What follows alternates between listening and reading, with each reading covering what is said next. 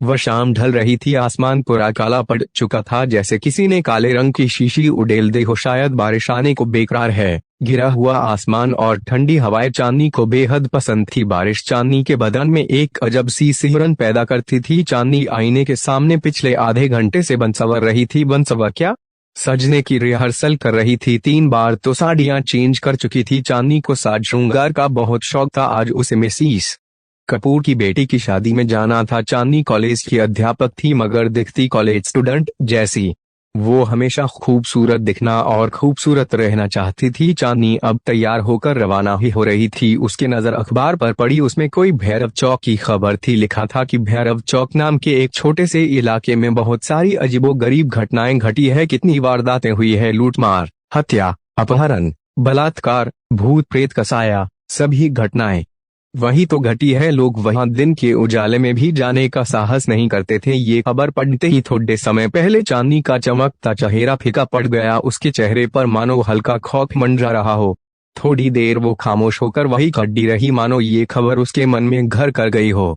चांदनी की खामोशी मिसिस कपूर के फोन ने तोड़ी। चांदनी ने फोन उठाया और बातें करते वहां से कार में निकल गई। चांदनी को शादी में पहुंचने में कोई दिक्कत नहीं आई। चांदनी ने गाड़ी से बाहर निकलने से पहले एक बार फिर अपना चेहरा निखार लिया था। चांदनी का स्वागत हंसते चेहरों ने किया, मगर कुछ चेहरे ऐसे भी थे जिसने चांदनी को बुरी नियत से देखा। वो चेहरे थे कॉलेज के बदमाश और कॉलेज ट्रस्टी के बिगड़े हुए लड़के। कॉलेज उन लड़कों को 5 पापी बुलाती थी। लड़कियों को छेड़ना, लड़कियों के साथ बदतमीजी करना, लड़ना झगड़ना, वो सब उन 5 को काम था। इसलिए कॉलेज उसे 5 पापी बुलाती थी। खैर, चांदनी भी उनकी हरकतों को भली भांति जानती थी, इसलिए उसको अनदेखा करके शादी में शामिल हो गई। नाच गाना, खाना पीना, गप्पे लड़ाने और विदाई में पता ही नहीं चला कि रात के 11 बज गए हैं। उसे घर पहुंचने में अभी उसे 2 घंटों का फासला तय करना था। चांदनी के पति जतीन का फोन आता था। हेलो चांदनी, कहा हुदैश। जतीन ने कहा, मैं शादी में आई थी पर बहुत देर हो गई है, बस मिसिस माथुर के साथ अब निकल ही रही हूँ। डैश। चांदनी ने बातें खत्म करके फोन रखा। चांदनी ने फटाफट से मिसिस कपूर बाय किया और मिसिस माथुर को ढूंढने लगी, मगर पता चला कि मिसिस माथुर तो घर के लिए कब की रवाना हो चुकी है। चांदनी सोचने लगती है कि अब अकेली घर कैसे जाएगी। तभी अचानक से तेज बिजली कड़की। शायद थोड़े समय के बाद बारिश होने वाली है। उसने किसी परवाह करे बिना वहां से अकेली निकल पड़ी, मगर वो 5 पापी चांदनी की हर हरकत नजर रखे हुए थे। चांदनी ने बस थोड़ा सा ही फासला तय किया ही था कि बारिश की बूंदाबांदी आने लगी। चांदनी मन ही मन सोच रही थी कि वो बारिश बंद होने का इंतजार करे या फिर आगे बढ़े। चांदनी को जल्द ही तय करना था उसे क्या करना है।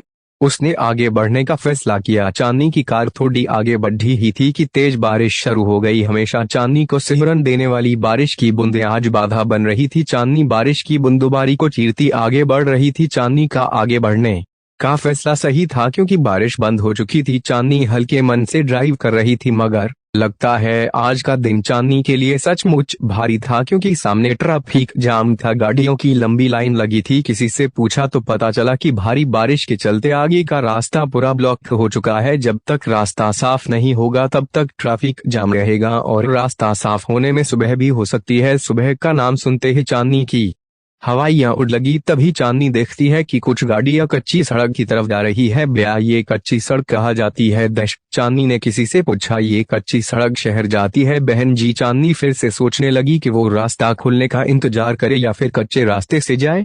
उसने सोचा कि वो कब तक अकेली रास्ता साफ होने का इंतजार करेंगी, वो भी कच्ची सड़क की तरफ जा रही गाड़ियां के साथ गाड़ी चलाकर शहर वाले रास्ते जा सकती है। इसलिए उसने वो कच्ची सड़क से घर जाने का फैसला किया। चांदनी आगे बढ़ तो रही थी, मगर खौफ अभी भी उसके सिर पर डर मंडरा रहा था, क्योंकि वो आगे चल रही गाड़ियां के सहारे जा रही थी, जैसे कोई दीपक की रोशनी लेकर अंधेरे से गुजर रहा हो। आगे चल गाड़ियों की रफ्तार तेज होती है। वो सब चांदनी की कार से आगे बढ़ जाती है, इतनी बढ़ जाती है कि वो सब कारें हेडलाइट के सहारे देखी जा सकती थी। चांदनी भी उन तक पहुंचने के लिए अपनी गाड़ी की स्पीड बढ़ाती है, मगर गाड़ी अचानक से बंद हो जाती है। गाड़ी बंद होते ही चांदनी बदहवास सी हो जाती है। वो वहां अकेली थी, आगे पीछे कोई नहीं था। आगे जाती गाड़ियां एक के बाद एक आंखों से ओझल हो रही थी। चांदनी अब बेचैन सी होने लगी थी, धड़कने तेज चल रही थी। उसके माथे से डर की बूंदें एक के बाद टपकने लगी थी।